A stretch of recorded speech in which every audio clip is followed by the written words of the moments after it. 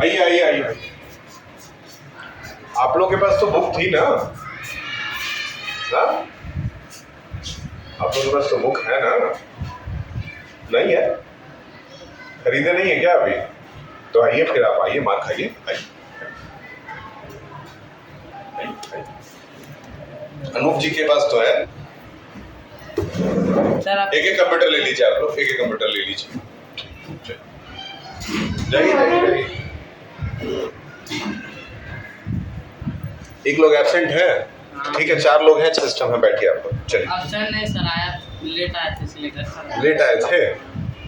आप तो टाइम पे आ रहे हैं आजकल।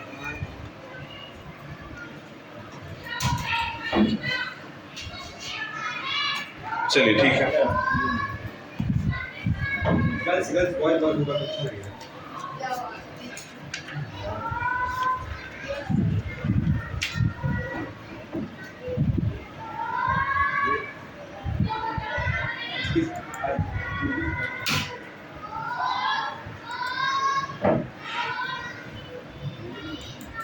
चैप्टर 11 एंटरप्रेन्योरशिप एंड एंटरप्रेन्योरशिप हम लोग को पढ़ना है। Chapter 11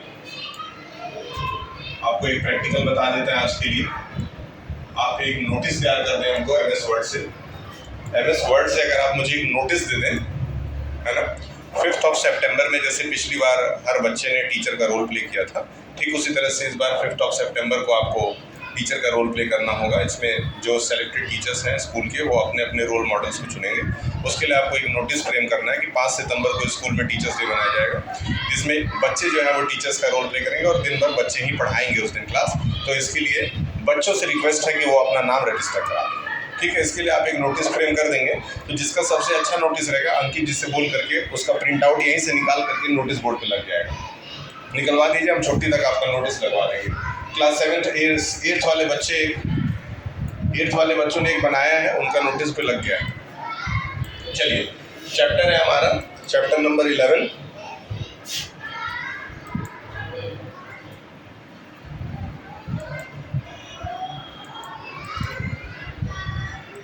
entrepreneur.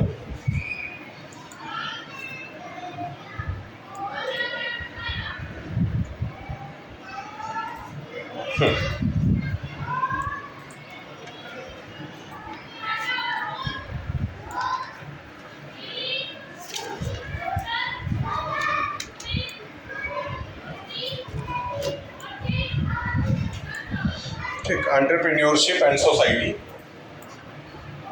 एंटरप्रेन्योर और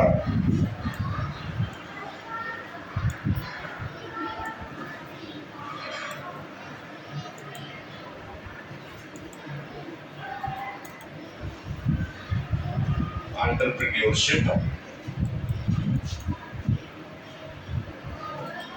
और सोसाइटी।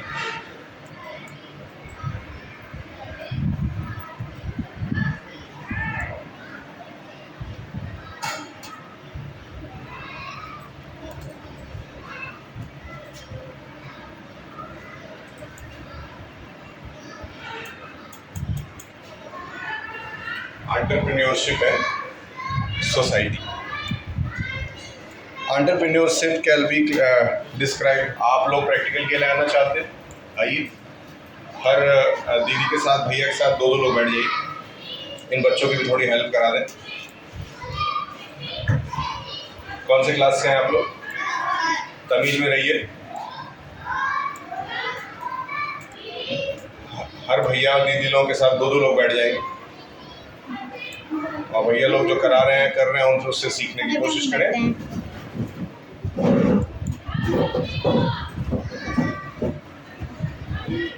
आप इनके भैया के साथ बैठ जाइए। कैमरे को डिस्टर्ब ना करें।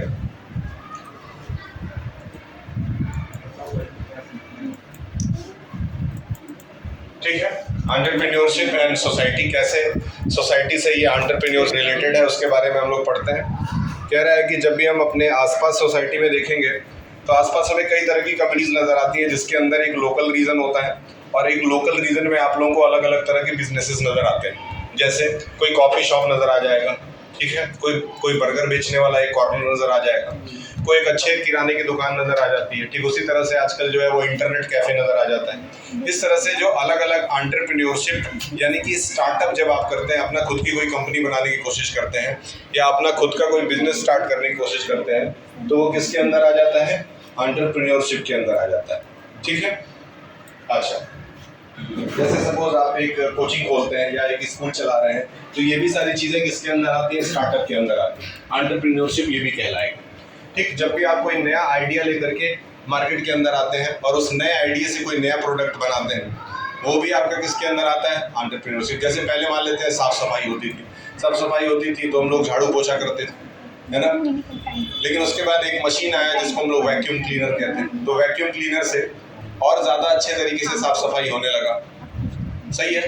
और जिस व्यक्ति ने वैक्यूम क्लीनर को इन्वेंट किया होगा वो एक एंटरप्रेन्योरशिप है, वो एक एंटरप्रेन्योर है। क्यों? उसने एक नया आइडिया लगाया कि जो धूल कहीं कहीं कोने में धूल जमा हुआ है उसको हम कैसे मशीन से निकाल सकते हैं। उस धूल को निकालने के तरीके को जो है उस आदमी ने लगा। क्लियर है? देखिएगा, हर बच्चे को मौका जरूर दीजिएगा।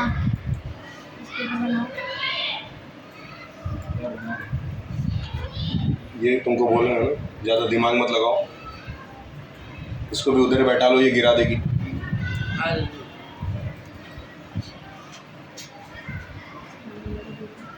ठीक है, चलिए आगे बढ़ते हैं। तो सोसाइटी में एंटरप्रेन्योर बहुत सारे हैं और आजकल जो है वो स्टार्टअप चालू करना। देखिए, जैसे हमारे भावेश अग्रवाल हैं जो कि को फाउंडर है ओला के। ओला वाली गाड़ी आप देखते होंगे, ठीक है। उसके बाद फ्लिपकार्ट, बिनी बंसल को फाउंडर है इसके। फ्लिपकार्ट का यूज़ मेरे ख्याल से आप सब लोगों ने किया होगा। फ्लिपकार्ट से हम लोग ऑनलाइन अपने प्रोडक्ट्स को मंगाते हैं। हाँ, फेसबुक के ओनर मार्क जुकरबर्ग है, वो तो अमेरिका की बाहर की कंपनी है ना। हाँ, ठीक है, चलिए। उसके बाद आपका आता है, देखिए, मेक माई ट्रिप। आप सुने होंगे मेक माई ट्रिप। अगर आपको कहीं बाहर घूमने जाना है, उसके लिए बुकिंग करना है तो मेक माई ट्रिप पे चले जाते हैं। ट्रेन की भी बुकिंग हो जाती है, बस की भी बुकिंग हो जाती है, एरोप्लेन की भी बुकिंग हो जाती है। चलिए, अच्छी बात है। तो ये सारे जो कंपनीज हैं। फिर उसके बाद से आपको एक ऊबर नाम की कंपनी है, धीरू भाई अंबानी की बात हो रही है, तो ये रिलायंस कंपनी के पूरे ओनर हैं ये धीरू भाई अंबानी। फिर उनके बच्चों के बीच में जो है वो अलग अलग कंपनियों को बांटा गया था, खैर वो बात की बात है। लेकिन देखिए, सीपी कृष्णन नैयर जो है वो फाउंडर है Indian leading luxury hotel chain जिसको लीला पैलेस कहा जाता है ना। एक ही तरह का, जैसे आप गोरखपुर में होटल रेडिसन देखे होंगे, देखे है ना। तो रेडिसन गोरखपुर में भी है, रेडिसन देवरिया में भी है, रेडिसन दिल्ली में भी है, रेडिसन मुंबई में। मतलब एक ब्रांड है जो हर जगह है। समझ में आ रहा है? तो कभी कभी एक ही जैसे स्कूल्स भी पूरे देश में फैले हुए होते हैं। जैसे मान लेते हैं कि प्रेसा, क्या प्रेसा, चलिए प्रेसा मान लेते हैं, ठीक है। ऐसे कई सारे ब्रांड्स हैं जो पूरे देश भर में एक ही नाम से फैले हुए, ठीक है, अच्छी बात है। इसके बाद है कि एंटरप्रेन्योरशिप के हेल्प से आप कर क्या सकते हैं, रोल एंड इम्पोर्टेंस। दूसरा आपका जो उसमें पढ़ना है, आपको वो क्या पढ़ना है, रोल एंड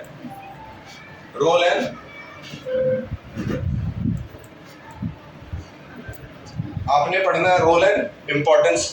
क्या रोल और क्या इम्पोर्टेंस हो सकता है एंटरप्रेन्योरशिप का? तो सबसे पहले ये वेल्थ क्रिएशन में बहुत ज़्यादा हेल्प करता है। आप देखिए होंगे जितने भी जो रिच लोग बनते हैं, बिलियनियर बनते हैं, वो सब कहीं ना कहीं किसी न किसी नए कंपनियों से जुड़े हुए लोग होते हैं, ठीक है। उसी तरीके से एड्स टू नेशनल इनकम। जब किसी एक एंटरप्रेन्योर सक्सेसफुल होता है तो कहीं ना कहीं उससे उसके देश की तरक्की भी होती है, क्योंकि वो बाहर के इनकम को अपने देश में लेकर के आता है। उसी तरीके से आपका आ जाता है क्रिएट एम्प्लॉय अपॉर्चुनिटी, क्रिएट्स।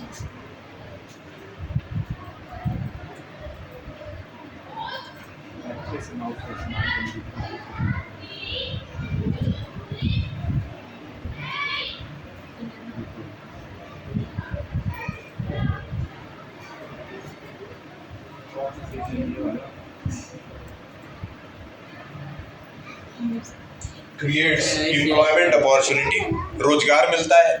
अब जैसे फ्लिपकार्ट का सिंपल एग्जांपल ले लेते हैं, तो फ्लिपकार्ट में आपने क्या नोटिस किया है कि हजारों की संख्या में फ्लिपकार्ट के जो डिलीवरी बॉयज हैं वो जगह जगह सामान लेकर के जाते हैं, सही है। तो एक कंपनी की वजह से कई हजार लोगों को काम करने का मौका मिलता है, कई हजार लोग जो है वो एम्प्लॉयड होते हैं कहीं ना कहीं, सही है। चलिए, बहुत अच्छी बात है।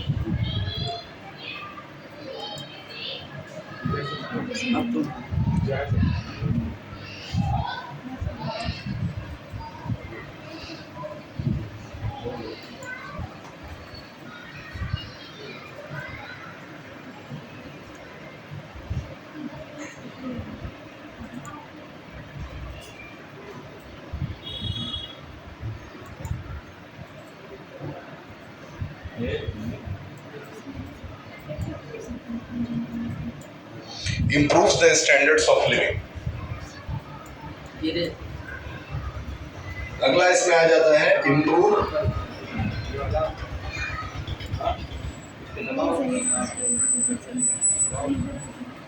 Standard of living. Improve standard of living. Improve standard of living का मतलब क्या हुआ? हम लोगों ने अपने लिविंग स्टैंडर्ड को कंपनीज के हेल्प से अच्छा किया है, यानी कि अच्छे और क्वालिटी प्रोडक्ट्स जब हमें कंपनी बना के देते हैं तो उससे हमारा स्वास्थ्य अच्छा होता है। उसके हेल्प से हम क्या कर पाते हैं? उसके हेल्प से हम लोग अपने लाइफ को और ज़्यादा बेटर बना पाते हैं। इस तरीके से एंटरप्रेन्योरशिप हमारे स्टैंडर्ड ऑफ लिविंग को भी चेंज कर रहा है। फिर है क्रिएट सोशल चेंज, बहुत इंपॉर्टेंट कि एंटरप्रेन्योरशिप सोसाइटी में चेंज करता है। It changes the society.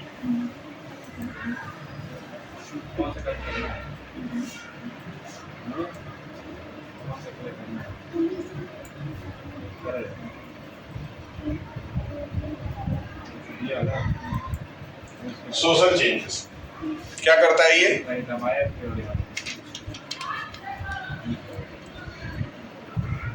It creates social changes. जैसे सबसे इंपॉर्टेंट आपका आता है इसमें स्मार्टफोन्स का यूज।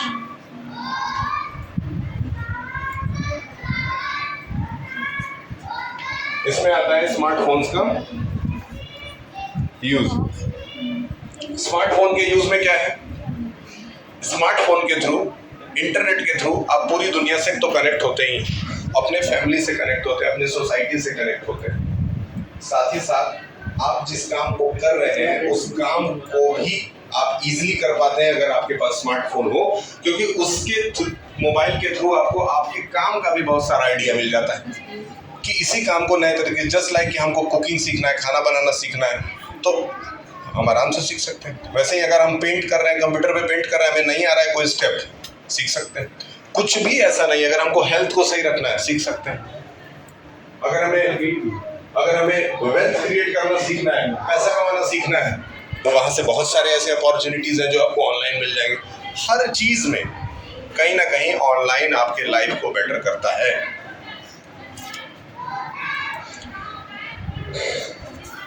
चलिए ध्यान में रखें।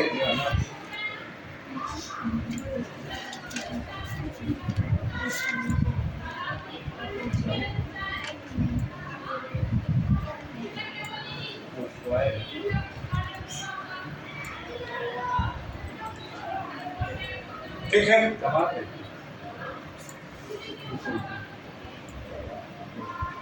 अब आगे बढ़े।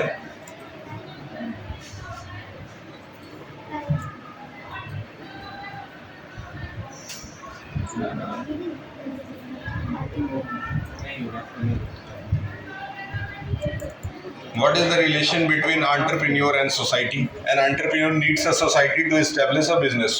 एक एंटरप्रेन्योर को सोसाइटी की जरूरत क्यों पड़ती है? तो सोसाइटी के हेल्प से ही तो वो बिजनेस बनाएगा। जिसका प्रैक्टिकल हो गया ना उसको क्लास में भेजो, जिसका हो गया उसको क्लास में भेज देना, जो प्रॉपरली यूज कर चुका है उसको क्लास में भेज दीजिए। हो गया आपका, चली जाइए, जल्दी जाइए, नेक्स्ट 5 बच्चों को भेजिए, आगे के 5 बच्चों को भेज दें। फिर आपको मौका मिलेगा 2 दिन बाद, मंडे को आप फिर आएंगे इसी पीरियड। जिनका हो गया, जो यूज कर चुके हैं वही जाएंगे, जिनका नहीं हुआ है वो रुक करके 5 मिनट कर सकते हैं। हो गया है, वेरी गुड। जाए 5 लोगों को भेजे, दौड़ के ना जाए, आराम से जाए। ठीक, चलिए दूसरा सवाल है, how does the entrepreneur helps in the wealth creation? कैसे एक एंटरप्रेन्योर वेल्थ यानी कि धन क्रिएट करने में मदद कर सकता है? क्या लगता है कैसे कर सकता है? तो कह रहा है entrepreneurship proven to be a beneficial for the society in the term of wealth creation for the entrepreneurship and the people involved as the result economy of the local area improves and टेक्नस। क्यों? क्योंकि ये लोगों को job provide करा देता है। जब जॉब प्रोवाइड कराते, जैसे अभी आपके घर में अगर 1 लोग कमा रहे हैं, अगर 4 लोग हैं, चारों की नौकरी लग गई, 4 गुना आपका आमदनी बढ़ गया। जैसे ही 4 गुना आमदनी बढ़ा, आपके घर में 4 गुना पैसा आने लगा। फिर आप एक की कमाई से अच्छा कपड़ा खरीद ली, एक की कमाई से खाना खरीद ली, एक की कमाई से आप घूमने शुरू कर दिया और एक की कमाई से गाड़ी खरीद ली। आपको पास चारों चीजें एक ही साथ हो जाती। बताइए हुआ कि नहीं? इस तरीके से एंटरप्रेन्योरशिप वेल्थ क्रिएट करने में हेल्प करता है। What is the primary difference between the life of the entrepreneur and the corporate counterpart? The primary difference between the entrepreneur and the corporate counterpart is well planned schedule. ठीक है, जब entrepreneur कोई काम करेगा तो वो एक वेल प्लान्ड यानी कि एक प्रॉपर शेड्यूल बनाएगा। समझ रहे हैं? कैसे एक छोटी सी कंपनी को बड़ा बनाना है, इसके लिए पूरा रोड मैप वो पहले तैयार करेगा, वो सब कुछ वो नोट डाउन करेगा, लिखेगा, फिर उसके बाद स्टेप बाय स्टेप उस पर काम करता जाएगा बहुत लंबे समय तक, तब जाकर के कहीं 10-20 साल, हो सकता है कि 10 साल 20 साल लग जाए ना, तब जाके उसको सक्सेस मिलेगा। यस, शूज खोलिए, आइए यहाँ 1 2 3 4 5 6 शूज खोलिए उधर। इसका कीबोर्ड काम नहीं कर रहा। क्या? इसका कीबोर्ड है, काम नहीं। किसका? भैया कीबोर्ड तो सारे जानते ही हो, नए से भी ज्यादा नया है। वही करेगा, आप पीछे से कनेक्ट करें उससे। कनेक्ट नहीं सर, कीबोर्ड काम नहीं कर रहा है। हाँ खोलिए, एक बार टाइप कर समझ गए वो उसमें फिर से खोलिए।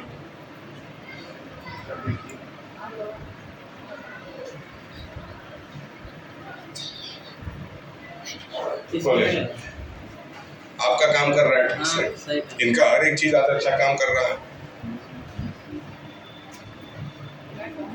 चलिए इनको जगह दीजिए बैठने के लिए। सुनो, तो खड़ा हुआ नहीं जा रहा क्या? इसको इधर जगह दो, उसकी वजह से गिर रही है।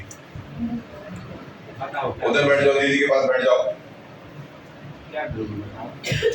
ठीक है, चलिए चैप्टर हम लोग करते रहेंगे, बच्चे भी प्रैक्टिकल कर रहे हैं। Dual concept of learning. First time देखा जा रहा है कि 10th के बच्चों के साथ 3rd के बच्चे पढ़ ले रहे हैं सेम कंप्यूटर लैब के अंदर। बहुत अच्छी बात है, आप छोटे बच्चों को भी सिखाइए, खुद भी सीखिए।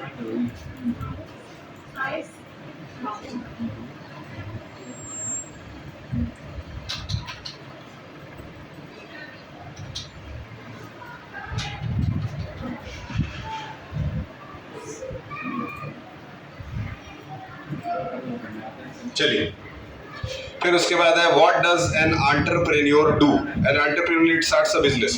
एंटरप्रेन्योर क्या करता है? एक बिजनेस स्टार्ट करता है, लोगों को जोड़ता है, लोगों को एम्प्लॉय करता है और अपने वेल्थ को क्रिएट करता है। सिंपल। और इससे वो देश की इकोनॉमी को भी हेल्प करता है, सोसाइटी को भी हेल्प करता है, फैमिली को भी हेल्प करता है। तो it is better to be a government jobber और एंटरप्रेन्योर। तो आजकल के लड़के तो ये बोले मैं एंटरप्रेन्योर बनना चाहता हूँ क्योंकि उसमें वेल्थ क्रिएट ज्यादा है। लेकिन याद रखें फेलियर रेट भी बहुत ज्यादा है। 90% चांस है कि आप लटक जाएंगे, आप कुछ नहीं करते।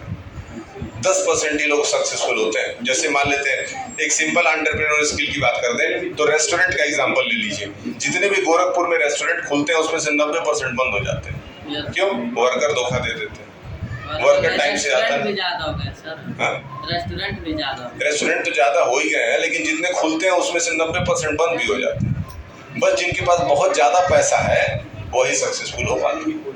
वर्कर्स हमेशा धोखा दे देते हैं, 4 दिन आते हैं, 2 दिन नहीं आते हैं। ठीक है, चलिए बहुत अच्छी बात है। What are the 2 types of risk usually faced by an entrepreneur? बताएं 2 कौन से ऐसे रिस्क हैं जो कि एंटरप्रेन्योर अपने बिजनेस में फेस करता है। 2 ऐसे एंटरप्रेन्योर जब आप बताएंगे तो मेजरेबल एंड इंश्योरेबल रिस्क। पहला है मेजरेबल एंड इंश्योरेबल रिस्क और दूसरा है अनसर्टेनिटी रिस्क। पहला रिस्क क्या है? Measurable and insurable. एक ऐसा रिस्क है जो उसको पहले से पता होता है कि रिस्की है भाई, और दूसरा ऐसा रिस्क है जो अनसर्टेन है, जो कहीं से भी आ सकता है, अचानक से रिस्क आ सकता है। तो याद रखिए there are two kind of risk, एक मेजरेबल है और दूसरा इमेजरेबल है। ठीक है, चलिए इधर इधर इसमें फोकस करो।